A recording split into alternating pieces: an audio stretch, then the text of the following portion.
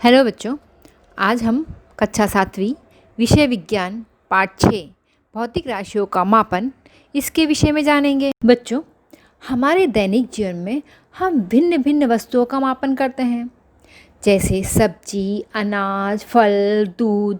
इन सब का हम द्रव्यमान मापते हैं। शरीर या द्रव का तापमान माप सकते हैं। द्रव, ठोस, गैस, इनका आयतन मापा जाता है। अलग अलग पदार्थों के घनत्व, वाहनों का वेग, ये सभी हम मापते हैं। अर्थात किसी वस्तु की वास्तविक स्थिति मापने या उसका प्रमाण जानने के लिए हम जिन पदों का उपयोग करते हैं उसे भौतिक राशि कहते हैं। द्रव्यमान, भार, दूरी, वेग, तापमान, आयतन, ये सभी भौतिक राशियाँ हैं। भौतिक राशियों का परिमाण व्यक्त करने के लिए हम उसके मान तथा इकाई का उपयोग करते हैं। मान मतलब वैल्यू, इकाई यूनिट, इनका उपयोग करते हैं। जैसे 2 किलोमीटर, 2 किलोमीटर में 2 ये इसका मान है और किलोमीटर इकाई है। 4 ग्राम, 4 ये मान है और ग्राम ये उसकी इकाई है। 110 डिग्री फ़ारेनहाइट, 110 डिग्री ये क्या है, मान है, और फ़ारेनहाइट क्या है, इकाई है। इस प्रकार हम भौतिक राशियों का मापन करते हैं। भौतिक राशियों के 2 प्रकार हैं, अदिश राशि स्केलर क्वांटिटी और सदिश राशि वेक्टर क्वांटिटी। अदिश राशि केवल परिमाण की सहायता से पूर्ण रूप से व्यक्त की जा सकने वाली राशि को अदिश राशि कहते हैं। जैसे लंबाई, चौड़ाई, क्षेत्रफल, द्रव्यमान, तापमान, घनत्व, समय, कार्य, इन सभी राशियों को व्यक्त करने के लिए केवल परिमाण और इकाई का उपयोग करते हैं। जैसे रास्ते की लंबाई 2 किलोमीटर, 101 फ़ारेनहाइट तापमान, इसमें केवल इकाई और परिमाण इनका ही उपयोग किया गया है। दूसरा है सदिश राशि। परिमाण व दिशा, इनकी सहायता से पूर्ण रूप से व्यक्त की जाने वाली राशि को सदिश राशि कहते हैं। जैसे विस्थापन, वेग, ये सदिश राशियाँ हैं। 20 किलोमीटर विस्थापन उत्तर दिशा में, विस्थापन अर्थात हटना या हटाना। मुंबई की दिशा की ओर आकाश में 500 किलोमीटर प्रति घंटे के वेग से उड़ता हुआ विमान, अर्थात इसमें केवल परिमाण ही नहीं बल्कि दिशा का भी उपयोग किया गया है, इसलिए ये सदिश राशि है। द्रव्यमान, मास, पदार्थ में समाविष्ट द्रव्य को द्रव्यमान कहते हैं। पदार्थ में प्राकृतिक रूप से जड़त्व का गुणधर्म होता है। जड़त्व अर्थात स्थिरता।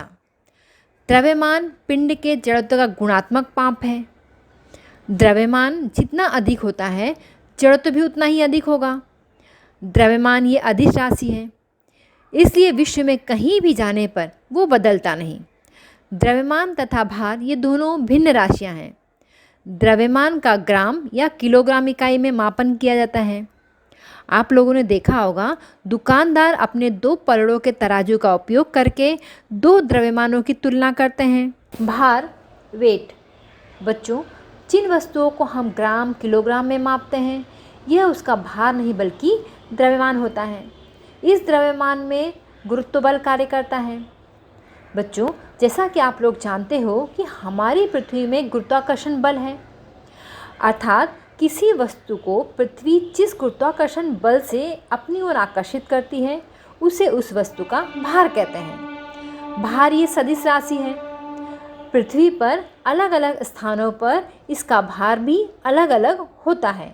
बच्चों, क्या आप बता सकते हो कि पिंड का भार ध्रुव पर अधिक तथा विषुवत वृत्त पर कम क्यों होता है, या पिंड का भार समुद्र तल की अपेक्षा ऊंचाई वाले स्थानों पर कम क्यों होता है?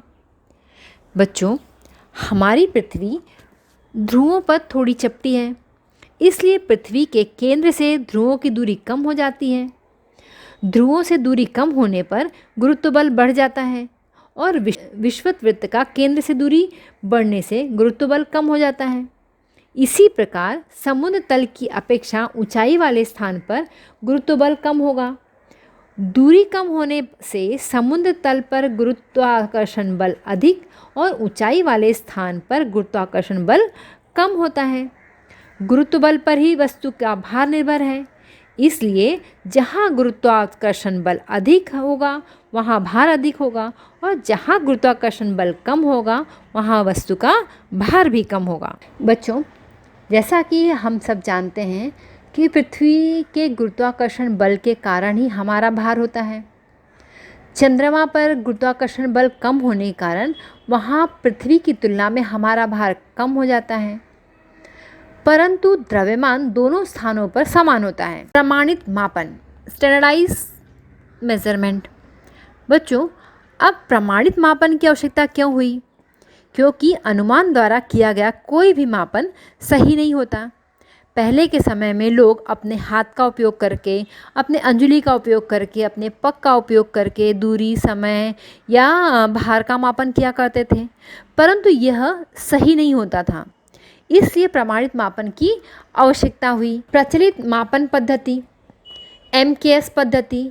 इस पद्धति में लंबाई को मीटर में, द्रव्यमान को किलोग्राम में तथा समय को सेकंड में नापा जाता है। CGS पद्धति।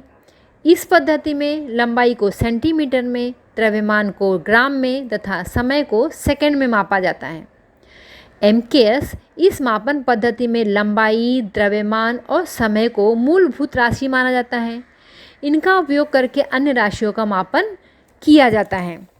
भौतिक राशि अनेक हैं, परंतु उनमें कई राशियां एक दूसरे से संबंधित हैं। अनेक भौतिक राशियों में से कुछ भौतिक राशियों का चयन करके उनका प्रमाण निश्चित करना पर्याप्त है। जैसे लंबाई और समय, इन राशियों का प्रमाण निश्चित करना योग्य होगा। ऐसी राशियों को मूलभूत राशि तथा उनके प्रमाण को मूलभूत प्रमाण कहते हैं। अतः मूलभूत प्रमाण सभी के लिए उपलब्ध होना चाहिए, उनमें परिवर्तन नहीं होना चाहिए। इकाइयों की अंतर्राष्ट्रीय पद्धति। 7 मूलभूत राशियों पर आधारित इकाइयों की अंतर्राष्ट्रीय पद्धति सिस्टम इंटरनेशनल SI वर्तमान में पूरे विश्व में उपयोग में लाई जाती है। इस पद्धति को मैट्रिक पद्धति कहा जाता है।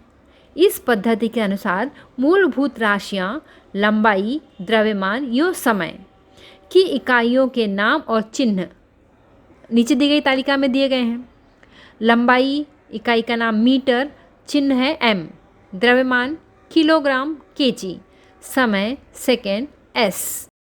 बच्चों, हमारी मूलभूत राशियाँ लंबाई, द्रव्यमान और समय, इनकी इकाई किस प्रकार निश्चित की गई है? आज हम पूरे विश्व में SI पद्धति मतलब सिस्टम इंटरनेशनल, इस पद्धति का अवलंबन पूरे विश्व में किया जा रहा है, परंतु इसका प्रमाण किस प्रकार निश्चित किया गया है ये हम देखते हैं। हमारी मूलभूत राशियों का जो प्रमाण निश्चित किया गया है, से द्रव्यमान के परिमाण के रूप में प्लैटिनम और इरिडियम, ये मिश्र धातु का एक बेलनाकार ठोस पदार्थ पेरिस के अंतर्राष्ट्रीय भार मापन संस्था में रखा गया है।